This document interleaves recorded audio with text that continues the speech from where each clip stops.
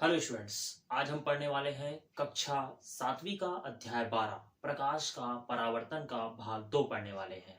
आज हम लोग ये भाग 2 में 5 से 6 टॉपिक पढ़ेंगे और ये अध्याय क्या हो जाएगा, समाप्त हो जाएगा। इसके बाद मैं आप लोगों को इसका जो प्रश्न उत्तर है, पीडीएफ फाइल है, उसको आप लोग को मैं भेज दूंगा।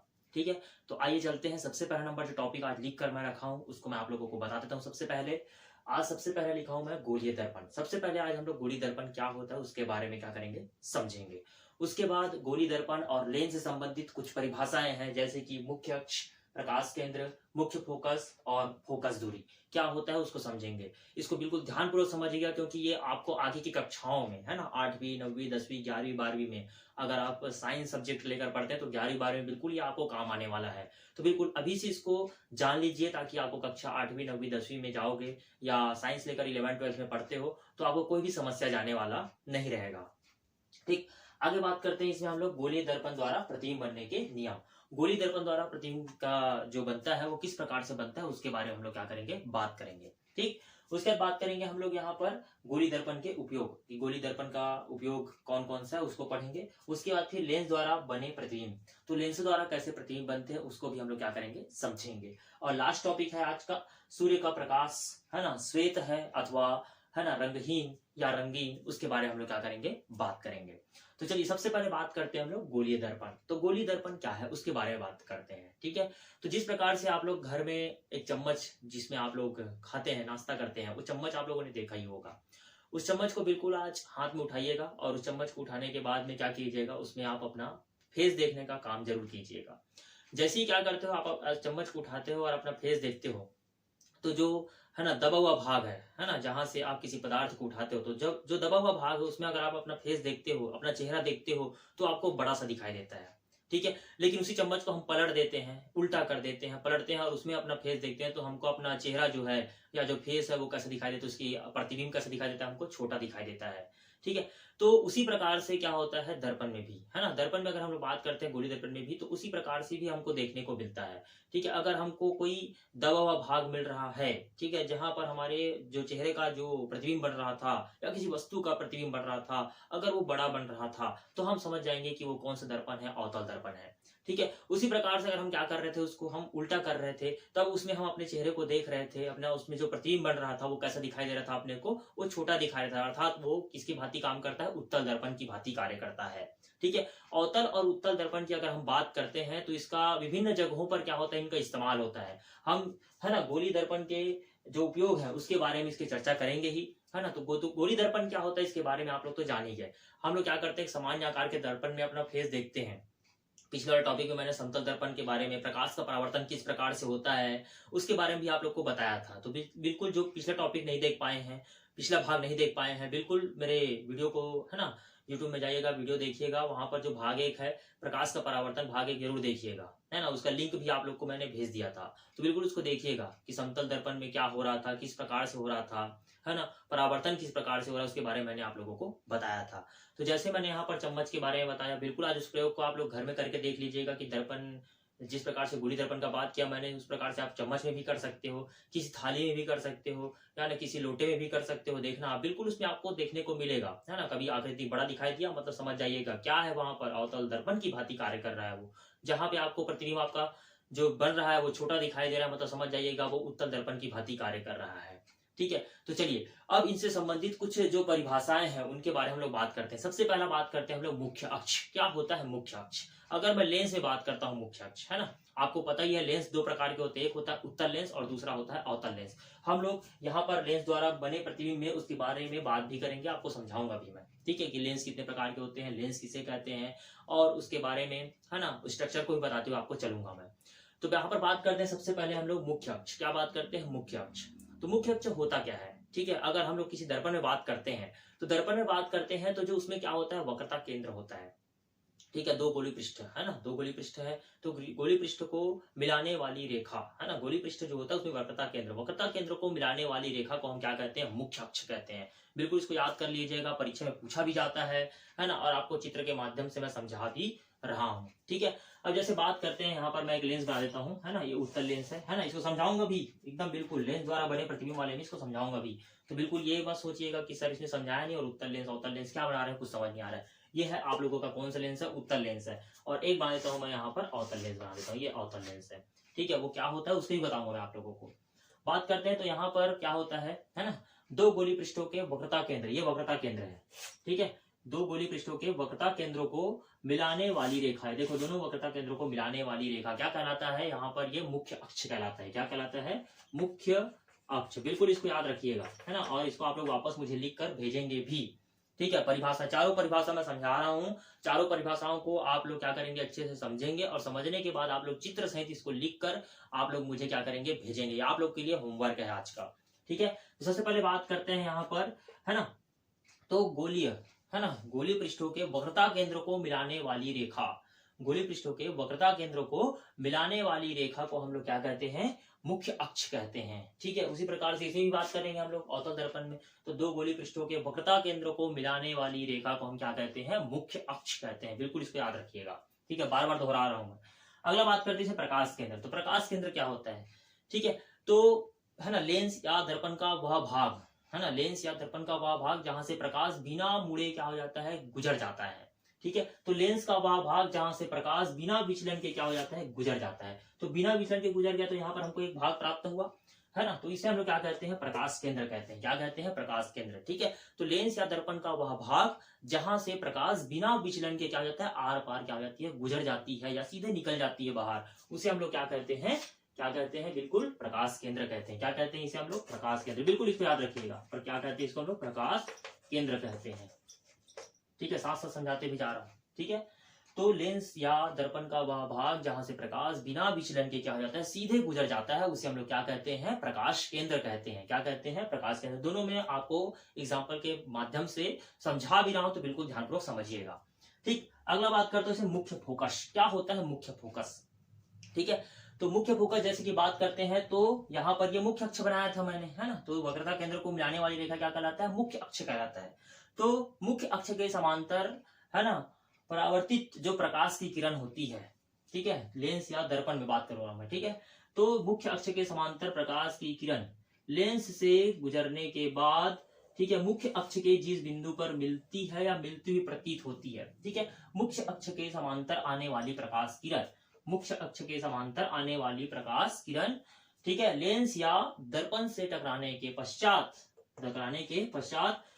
मुख्य अक्ष के, ये मुख्य अक्ष है, मुख्य अक्ष के जिस बिंदु पर मिलती है या मिलती हुई प्रतीत होती है, उसे हम क्या कहते हैं, मुख्य फोकस कहते हैं। क्या कहते हैं, मुख्य फोकस। इसे एफ से डोनेट करते हैं, बिल्कुल इसे याद रखिएगा। ठीक है, यहाँ चित्र के माध्यम से समझा रहा हूं आप लोगों को। ये आप लोग का उत्तल लेंस, ठीक है, ये आपका मुख्य अक्ष, ये तो बताया ही था। तो मुख्य अक्ष के समांतर आने वाली प्रकाश किरण, मुख्य अक्ष के समांतर आने वाली प्रकाश किरण दर्पण से टकराने के पश्चात मुख्य अक्ष के जिस बिंदु पर मिलती है या मिलती हुई प्रतीत होती है, मुख्य अक्ष के, देखो मुख्य अक्ष है, मुख्य अक्ष के जिस, है ना, भाग पर मिलती है, मिलती हुई प्रतीत होती है, उसे हम लोग क्या कहते हैं, मुख्य फोकस कहते हैं। क्या कहते हैं, मुख्य फोकस कहते हैं। तो ये क्या कहलाएगा, मुख्य फोकस कहलाएगा। ठीक है, तो बिल्कुल इसको याद रखिएगा। बस उसी प्रकार से इसमें भी, है ना, मुख्य अक्ष, ये मुख्य अक्ष है, तो मुख्य अक्ष के समांतर आने वाली प्रकाश किरण, ठीक है, दर्पण से टकराने के पश्चात या लेंस से टकराने के पश्चात मुख्य अक्ष के जिस बिंदु पर मिलती हुई प्रतीत होती है, उसे हम क्या कहते हैं, मुख्य फोकस कहते हैं या फोकस कहते हैं। बिल्कुल इसको याद रखिएगा। ठीक, अगला बात करता हूं इसमें फोकस दूरी। क्या होता है फोकस दूरी। ठीक है, तो यहाँ पर हम फोकस दूरी बात करते हैं, तो फोकस दूरी क्या होगा, तो यहाँ पर देखिए बिल्कुल, है ना, ये है आपका क्या है, मुख्य फोकस, और ये क्या है, प्रकाश केंद्र। तो प्रकाश केंद्र और मुख्य फोकस दोनों की बीच की दूरी क्या कहलाता है, फोकस दूरी। क्या कहलाता है, फोकस दूरी कहलाता है। ठीक है, तो यहाँ पर आपने क्या बनाया था, ठीक है, ये प्रकाश केंद्र था, तो प्रकाश केंद्र और मुख्य फोकस दोनों के बीच की दूरी फोकस दूरी कहलाता है। क्या कहलाता है, फोकस दूरी कहलाता है। बिल्कुल इसको याद रखिए। ठीक है, तो ये चार परिभाषा आपको पुनः मैं बता देता हूं।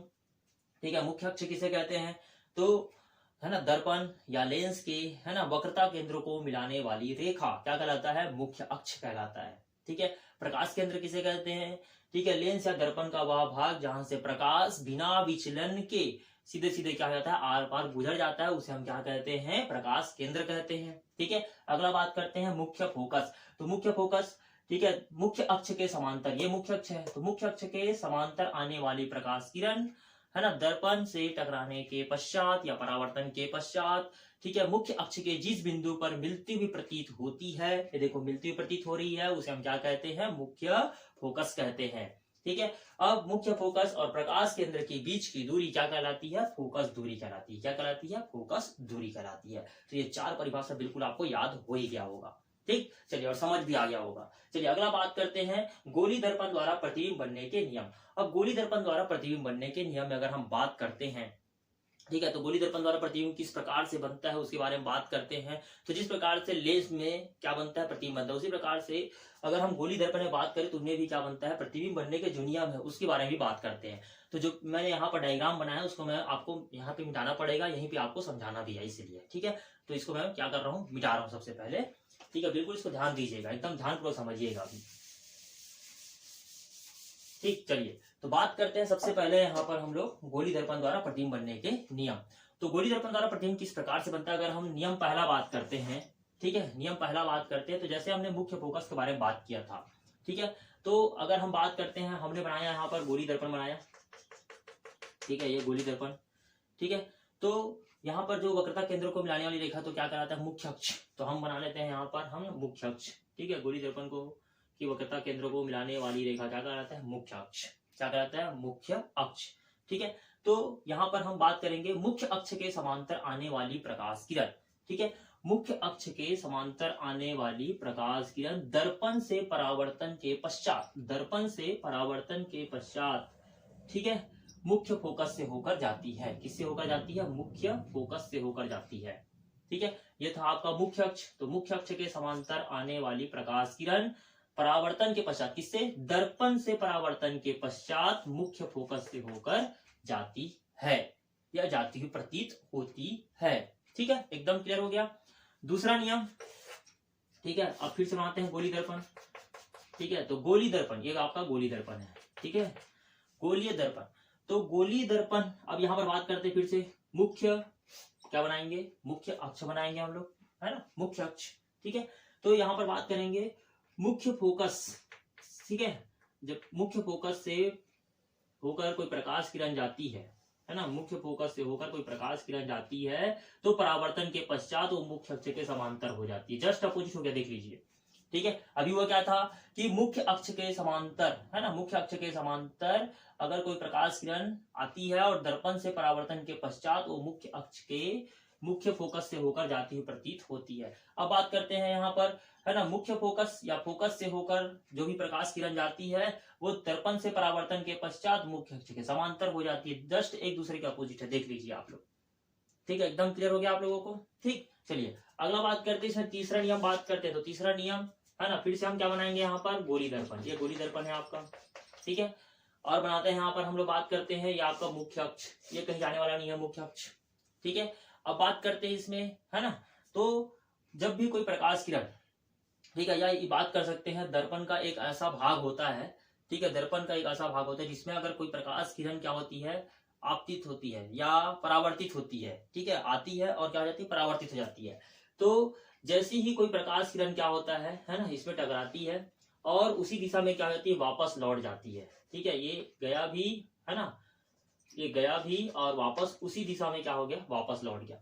तो यहाँ पर जो बिंदु बन रहा है क्या कहलाता है, इसका प्रकाश केंद्र कहलाता है। क्या कहलाता है, प्रकाश केंद्र। मैंने इसके पिछले टॉपिक में प्रकाश केंद्र की परिभाषा के बारे में बताया था कि दर्पण या लेंस का वह भाग जहां से प्रकाश बिना मुड़े सीधे क्या होता है, आर पार गुजर जाता है, वो क्या कहलाता है, प्रकाश केंद्र कहलाता है। बस उसी प्रकार से दर्पण में, ठीक है, दर्पण का वह भाग जहां से प्रकाश तो गया और उसी दिशा में क्या हो गया, फिर से वापस लौट के आ गया, तो ये क्या कहलाता है, इसका प्रकाश केंद्र कहलाता है। क्या कहलाता है, प्रकाश केंद्र कहलाता है। बिल्कुल इसको याद रखिएगा। ठीक है, तो ये तो हो गया इसके गोली दर्पण द्वारा प्रतिबिंब बनने के नियम के 3 नियम। पहला नियम बताया मैंने कि मुख्य अक्ष के समांतर अगर कोई प्रकाश किरण दर्पण से परावर्तन के पश्चात मुख्य अक्ष से या मुख्य फोकस से होकर जाती हुई प्रतीत होती है। ठीक है, अब यहाँ पर बात करते दूसरा नियम, मुख्य फोकस से होकर, है ना, दर्पण पे अगर जाकर वो परावर्तित होती है तो वो मुख्य अक्ष के समांतर हो जाती है। ठीक है, जब कोई प्रकाश किरण दर्पण से टकराती है तो वह उसी दिशा में फिर से वापस लौट जाती है। ये क्या कहलाता है, इसका प्रकाश केंद्र कहलाता है। तो इस प्रकार से हमने गोली दर्पण द्वारा जो प्रतिबिंब बनने के नियम है उनको क्या कर लिया, उसको भी समझ लिया। तो बिल्कुल इसका भी चित्र बनाइएगा और बना के इसके तीनों नियम को लिखिएगा, और तीनों नियम को लिखने के बाद में आप लोग मुझे क्या करेंगे, इसको भेजेंगे। तो 2 आप लोगों को मैंने होमवर्क दे दिया आज का, ठीक है, और पढ़ते जाएंगे और होमवर्क आपको मिलते जाएगा। तो बिल्कुल ध्यानपूर्वक आगे वीडियो को लास्ट तक देखिएगा और अच्छे से समझिएगा। जहां समझ नहीं आता है बिल्कुल आप इसको रिवर्स फॉरवर्ड कर सकते हो और अच्छे से ध्यानपूर्वक समझ भी सकते हो। चलिए तो बात करते हैं अगला, गोलीय दर्पण के उपयोग। जैसे कि मैंने बताया था कि गोलीय दर्पण के उपयोग में मैं बात करूंगा अवतल दर्पण और उत्तल दर्पण। तो अवतल दर्पण और उत्तल दर्पण जैसे कि बात करता हूं, तो अवतल दर्पण का उपयोग है ना बहुत जगहों पर उपयोग होता है। जैसे उदाहरणतः बात कर सकते हैं आप लोग, सर्च जो लाइट होता है उसमें भी है ना प्रकाश को दूर तक फैलाने के लिए अवतल दर्पण का उपयोग किया जाता है। उसी प्रकार से घर में जो हम लोग टॉर्च इस्तेमाल करते हैं, उस टॉर्च में भी हम अवतल दर्पण का इस्तेमाल करते हैं ताकि प्रकाश को हम दूर तक क्या कर सकते हैं, फैला सकते हैं। तो टॉर्च, सर्च लाइट जो होते हैं, या हमारे गाड़ी का जो भाग होता है, गाड़ी देखे होंगे आप लोग, इसमें जो हेडलाइट होता है उसमें भी अवतल दर्पण का इस्तेमाल किया जाता है, जिससे कि प्रकाश जो है दूर तक क्या किया जा सकता है, उसमें फैलाया जा सकता है। तो ये तो हो गया गोली दर्पण का, गोली दर्पण में अवतल दर्पण का उपयोग। बात करते हैं इसमें उत्तल दर्पण का उपयोग। तो उत्तल दर्पण का उपयोग जैसे कि बात कर सकते हैं, ये क्या होता है कि बहुत बड़े क्षेत्र को आसानी से हम क्या कर सकते हैं, एक जगह पर देख सकते हैं, क्योंकि इसमें जो प्रतिबिंब बनता है वो कैसा बनता है, छोटा बनता है। उत्तल दर्पण में जो भी प्रतिबिंब बनता है वो कैसा बनता है, छोटा बनता है, ठीक है। इसीलिए हम बहुत बड़े क्षेत्र को क्या कर सकते हैं, उस छोटे से भाग में देख सकते हैं। जैसे एक उदाहरणता बात कर सकते हैं कि आप लोग कभी ट्रैफिक है ना सिग्नल के पास में उस बड़े से दर्पण को देखा होगा आप लोगों ने, जिसे हम लोग कहते हैं उत्तल दर्पण कहते हैं, जिसके माध्यम से जो ट्रैफिक पुलिस रहता है वो वहां का भी, यहाँ का भी, हर जगह का जो बड़ा सा क्षेत्र है उस भाग को उस दर्पण पर क्या कर सकता है, देख सकता है। और उदाहरण दे सकता हूं, जैसे कि उदाहरणता बात करते हैं, हम गाड़ी चलाते हैं और गाड़ी में क्या लगा होता है, मिरर लगा होता है। उस मिरर को आप लोगों ने देखा होगा। तो उस मिरर में देखे होंगे आप लोग है ना, दूर से आती हुई जो गाड़ी होती है उसको भी हम लोग क्या कर सकते हैं, अपने मिरर में क्या कर सकते हैं, देख सकते हैं, क्योंकि इसमें आकार जो बनता है छोटा बनता है। इतना बड़ा ट्रक का आकार, ठीक है, इतना बड़ा ट्रक का आकार हमको उस अपने गाड़ी के मिरर में जो रहता है उसमें हमको दिख जाता है, और हम क्या कर लेते हैं, अपना रास्ता बदल लेते हैं या है ना आगे बढ़ लेते हैं। तो इस प्रकार से हमको पीछे का भाग देखने के काम आता है। ड्राइवर जो होते हैं उनको पीछे का भाग देखने में काम आता है। कौन सा दर्पण, उत्तल दर्पण का इस्तेमाल होता है, ठीक है। तो ये तो हो गया अवतल और उत्तल दर्पण के इस्तेमाल, अर्थात यही हो गया गोली दर्पण के उपयोग के बारे में, ठीक है। चलिए अगला बात करते हैं इसमें लेंसों द्वारा बने प्रतिबिंब। अगर मैं लेंस के बारे में, जैसे कि मैंने बताया था, तो लेंस किसे कहते हैं, तो लेंस किसे कहते हैं, दो है ना गोली पृष्ठों से मिलकर बने हुए भाग को हम क्या कहते हैं, लेंस कहते हैं। दो जो परावर्तक है ना, या जो पारदर्शी भाग होता है, पृष्ठ होता है, उनसे मिलकर बना होता है, जिसे हम लोग क्या कहते हैं, लेंस कहते हैं। ये लेंस कितने प्रकार के होते हैं, 2 प्रकार के होते हैं। एक होता है उत्तल लेंस और दूसरा होता है अवतल लेंस। बिल्कुल इसको याद रखिएगा, ठीक है। लेंस कितने प्रकार के होते हैं, लेंस 2 प्रकार के होते हैं। एक होता है उत्तल लेंस और दूसरा होता है अवतल लेंस। तो उत्तल लेंस किसे कहते हैं, जैसे कि मैंने बात किया था कि मैं इसको बिल्कुल आप लोग को समझाऊंगा, उत्तल लेंस और अवतल लेंस क्या होता है, तो बिल्कुल ध्यानपूर्वक समझिएगा, ठीक है। जो मैंने यहाँ पर पिछला जो बनाया उसको मैं आपको यहाँ पे मिटा रहा हूँ, और मिटाने के बाद में क्या करता हूँ, आप लोगों को समझाता हूँ। तो बिल्कुल ध्यान दीजिएगा, ठीक है। चलिए तो बात करते हैं इसमें, सबसे पहले हम लोग बात करते हैं उत्तल लेंस क्या है और अवतल लेंस क्या है। तो उत्तल लेंस जैसे कि बात करते हैं यहाँ पर है ना, जैसे कि मैंने यहाँ पर डायग्राम बनाया था उस टाइम, ठीक है, जिसको मैंने कहा था उत्तल लेंस, और एक डायग्राम बनाया था आप लोगों के सामने जिसको मैंने कहा था अवतल लेंस। अब हमारे सामने ये 2 प्रकार के लेंस हैं, ठीक है। एक को कहते हैं उत्तल लेंस, दूसरे को कहते हैं अवतल लेंस। अब इसको हम कैसे पहचानें कि कौन सा उत्तल लेंस है और कौन सा अवतल लेंस है, ये तो डायग्राम के माध्यम से होगा। लेकिन हमारे सामने कोई कांच लाकर रख देता है गोल, ठीक है, आपको बोला जाएगा भैया देख के बताइए कौन सा उत्तल है कौन सा अवतल है, ठीक है। तो इसको पहचानने का सबसे बेस्ट तरीका है, सबसे अच्छा तरीका है, और वो तरीका ऐसा है, ठीक है। तो बिल्कुल ध्यान दीजिएगा, ठीक है। जब आपके सामने कोई कांच का एक भाग, गोलाकार भाग लाके रख देता है और बोलता है कि भैया इसको पहचानिए कौन सा उत्तल लेंस है और कौन सा अवतल लेंस है, ठीक है। तो इसको पहचानने के लिए हम क्या करेंगे, सबसे पहले है ना उसको क्या करेंगे, है ना किनारे से इस छोर से उस छोर तक क्या करेंगे, है ना यहाँ से स्पर्श करेंगे, छुएंगे उसको, ठीक है। छूने पर अगर हम देखते हैं है ना, छूने पर हमको कुछ ऐसा कुछ प्रतीत होता है तो हम बिल्कुल बता सकते हैं, क्योंकि उत्तल लेंस में होता क्या है कि उत्तल लेंस किनारों पर कैसा होता है, पतला होता है, और बीच में कैसा होता है, मोटा होता है। बिल्कुल देखने में नजर आ रहा है, ठीक है। उत्तल लेंस जो होता है वो किनारों पर कैसा होता है, पतला होता है, और बीच में कैसा होता है, मोटा होता है, जिसके माध्यम से हम क्या कर सकते हैं, इसको पहचान सकते हैं, ठीक है। अब क्या कीजिएगा, कोई भी जैसे कि हम 1 का सिक्का ही लेते हैं, तो 1 का सिक्का को ऐसे रखते हैं तो हमको वो 1 का सिक्का गोलाकार ही दिखाई देगा। लेकिन ऐसे रखते हैं, ऐसे साइड फेस से, तो हमको वो कैसा दिखाई देगा, है ना, सीधा एक जैसे एकदम है ना लकीर के रूप में दिखाई देगा। तो उस लकीर के रूप में ही क्या करना है, उस लेंस को हमको ऐसे रखना है। रखने के बाद में हमको क्या करना है ना, ऐसे रखेंगे, और रखने के बाद में क्या करते हैं, जब हम देखते हैं तो ऊपर का भाग जो रहता है हमको कैसा दिखाई देता है, पतला, और बीच वाला भाग कैसा दिखाई देता है, मोटा दिखाई देता है, ठीक है। तो इस प्रकार से भी हम क्या कर सकते हैं, इस उत्तल लेंस को क्या कर सकते हैं, पहचान सकते हैं, ठीक है। तो उत्तल लेंस कैसा होता है? उत्तल लेंस जो होता है किनारों पर कैसा होता है? पतला होता है और बीच में कैसा होता है? मोटा होता है। इसलिए इसका डायग्राम कुछ इस प्रकार से बनाया गया है। ठीक है। और क्या होता है कि ये प्रकाश की किरणों को, जब भी इस पर कोई प्रकाश की किरण पड़ती है, जब जब कोई भी प्रकाश की किरण इस पर पड़ती है, तो प्रकाश की किरणों को क्या कर लेता है ये, है ना, बिंदु में क्या कर लेता है? संकुचित कर लेता है। बिंदु में क्या कर लेता है? संकुचित कर लेता है। ठीक है। या बिंदु में क्या कर लेता है? एकत्रित कर लेता है। इसलिए मैंने पिछले वाले भाग में आपको बताया था कि इसमें उत्तल दर्पण और अवतल दर्पण में, उत्तल दर्पण में क्या हो रहा था कि आप जब अपने प्रतिबिंब को देख रहे थे, अपने आप को देख रहे थे, उसमें प्रतिबिंब बना हुआ था, वो कैसा दिखाई दे रहा था? छोटा दिखाई दे रहा था। ठीक है। अर्थात ये जितने भी प्रकाश की किरण जो वहां पर आकर क्या हो रही है? टकरा रही है, उनको क्या कर लेता है? वो बिंदु में क्या कर लेता है? संकुचित कर लेता है। ठीक है। आप लोग वो देखे होंगे, मैग्नीफायर ग्लास जो देखे होंगे, उसमें होता क्या है कि सूर्य की किरणों को आप लोग क्या करते हो? स्थगित करते हो और उसमें एकदम छोटा प्रकाश निकलता है ना, जो बहुत तेज होता है, उससे आप लोग कागज जलाने का काम करते हो। तो वो है आप लोगों का उत्तल लेंस है। कौन सा लेंस है? उत्तल लेंस, जिसके माध्यम से आप क्या कर रहे थे? उस कागज को जलाने का प्रयास कर रहे थे। और आप लोगों के कंपास बॉक्स में भी ये आप लोगों को, है ना, दिया जाता है ना, देखे भी होंगे आप लोग। तो इस प्रकार से हम इसको क्या कहते हैं, है ना, इसको हम लोग क्या कहते हैं? उत्तल लेंस कहते हैं। अर्थात ये कौन सा हो गया? अभिसारी लेंस हो गया। बिल्कुल इसको याद रखिएगा, अभिसारी लेंस की तरह कार्य करता है। अपसरित कर लिया उसने। ठीक है। अब बात करते हैं इसमें अवतल लेंस। कौन सा लेंस बात करते हैं? अवतल लेंस। तो अवतल लेंस क्या है? तो अवतल लेंस कैसा होता है? ये किनारों पर कैसा होता है? मोटा होता है और बीच में कैसा होता है? पतला होता है।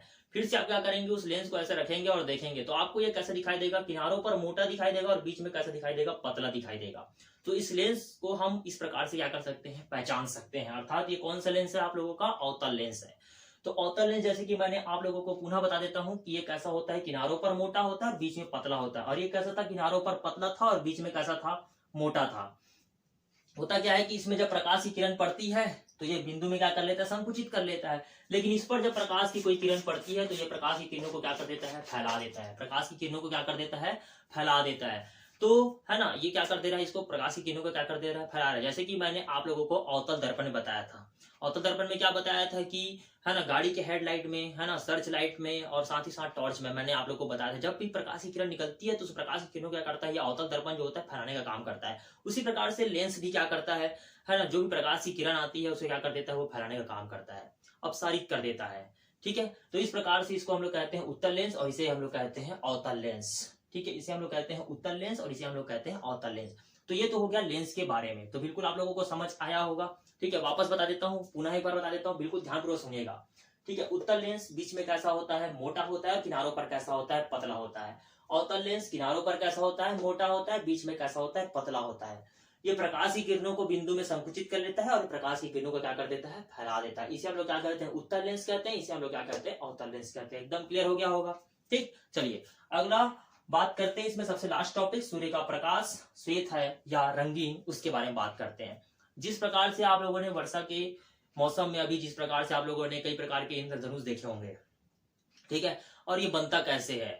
तो ये सूर्य का प्रकाश जब क्षितिज पर होता है ना, आकाश में क्षितिज पर होता है, तब जिस समय वर्षा होती रहती है तो उस समय जब सूर्य का प्रकाश उस पर पड़ता है तो वो कैसा बन जाता है? इंद्रधनुष, बड़े आकार का मार्क बन जाता है। आप लोगों ने देखा भी होगा। उसमें आप लोगों को विभिन्न प्रकार के रंग दिखाई देते हैं। ठीक है। अगर हम बात करते हैं तो जैसे जिस प्रकार से हम साबुन, है ना, इस्तेमाल करते हैं, उसमें जो झाग निकलता है ना, उसको अगर हम उड़ाते हैं तो उसमें जो गुब्बारे, है ना, बबल्स बनते हैं, उसको भी आप लोगों ने देखा होगा। उसमें भी आप लोगों को रंग दिखाई देता है। उसी प्रकार से अगर हम लोग बात करते हैं सीडी जो कैसेट होता था, ठीक है, उसमें भी आप लोग जब प्रकाश की किरण पड़ती है तो उसमें आप लोग को 7 रंग दिखाई देता है। तो ऐसे विभिन्न प्रकार के कलर दिखाई देते हैं। तो इससे हमको ये, है ना, अमान हो जाता है ना, आकलन कर लेते हैं कि सूर्य का प्रकाश जो है वो कैसा है ना, वो रंगीन है, रंगहीन नहीं है ना, अर्थात श्वेत नहीं है, वो कैसा है? रंगीन है। तो सूर्य का प्रकाश हम लोग कह सकते हैं कि सूर्य का प्रकाश कैसा है? रंगीन है, रंगहीन नहीं है। क्योंकि इंद्रधनुष में हम लोग को 7 रंग देखने को मिलते हैं और वो 7 रंगों के नाम को हम किस प्रकार से याद कर सकते हैं उसको भी मैं आप लोगों को बता रहा हूँ। ठीक है। अब 7 रंग कौन कौन से उसमें, ठीक है, तो एकदम शॉर्ट फॉर्म में बता रहा हूँ आप लोग को। बै, जा, नी, ह, ती, ना, ला। ठीक है। तो बिल्कुल इसको याद रखिएगा। अब ये बैजानी हपी नाला क्या है? अब बैजानी हपी नाला मतलब बात करते हैं, वापस बोल रहा हूं मैं, बैजानी हपी नाला। तो बिल्कुल याद रखिएगा, ये 7 रंगों को याद रखने का तरीका है। तो बैजानी हपी नाला मतलब बैगनी, जामुनी, नीला, हरा, पीला, नारंगी और लाल। तो बिल्कुल इसको याद रखिएगा। ठीक है। तो कौन कौन से रंग हो गए? बैगनी, जामुनी, नीला, हरा, पीला, नारंगी और लाल। तो इस प्रकार से हमने क्या समझा है ना। तो जो हम कह रहे थे सूर्य का प्रकाश रंगीन है ना, और श्वेत नहीं है। ठीक है, क्योंकि जैसे मैंने आप लोगों को बताया कि जो इंद्रधनुष बनता है उसमें हमको 7 रंग दिखाई देते हैं। किसके माध्यम से होता है? ये सूर्य के प्रकाश के माध्यम से। तो सूर्य का प्रकाश में क्या है, वहां पर 7 रंग मौजूद है, अर्थात वो रंगीन है, जिसके कारण से उसमें कलर बन रहे हैं। ठीक है, उसी प्रकार से हम लोग बात करते हैं सिट्रिक एसिड, मैंने बात किया था। सिट्रिक एसिड में जब प्रकाश पड़ता है तो उसमें भी आप लोग देखने को मिलता होगा, उसमें भी 7 रंग आपको दिखाई देते हैं। जब आप लोग अपने कंपास बॉक्स से नया स्केल निकालते हो और उसमें कभी लाइट पर ऐसे रखकर देखना, तो लाइट में भी आपको 7 रंग दिखाई देने शुरू हो जाते हैं। ठीक है, और अच्छा प्रयोग कर सकते हो, 7 रंग आप खुद ऐसी बना सकते हो। मुंह में पानी भरना और सूर्य के जस्ट अपोजिट खड़े जाना, जैसे कि ये पूर्व दिशा है, आप ऐसे अपोजिट खड़े हो जाइएगा। खड़े जाने के बाद मुंह में पानी भरने के बाद उसको क्या कीजिएगा, है ना, फुहारा के जैसे मुंह से बाहर निकालिएगा पानी को। उसमें जो पानी के जो कण होते हैं, छोटे छोटे बूंद जब गिरेंगे नीचे जमीन पर, है ना, तो वो जो गिरता हुआ दिखाई देगा, उसमें आप लोग को 7 रंग जरूर दिखाई देगा। तो बिल्कुल आप ये प्रयोग करके देख लीजिएगा। तो इस प्रकार से हम सिद्ध कर सकते हैं। क्या सिद्ध किया हम लोगों ने? कि सूर्य का प्रकाश श्वेत नहीं है, कैसा है, रंगीन है। ठीक है, और ये 7 रंग याद रखने का तरीका मैंने आप लोगों को बता दिया। तो बिल्कुल इसको याद रख लीजिएगा, है ना, लाइफ टाइम आपका काम भी आएगा। और ये चैप्टर जो है आज क्या हो जाता है, ये समाप्त हो जाता है। ठीक है, तो बिल्कुल आपको समझ आया होगा। ठीक, तो आज के लिए इतना बहुत है। धन्यवाद।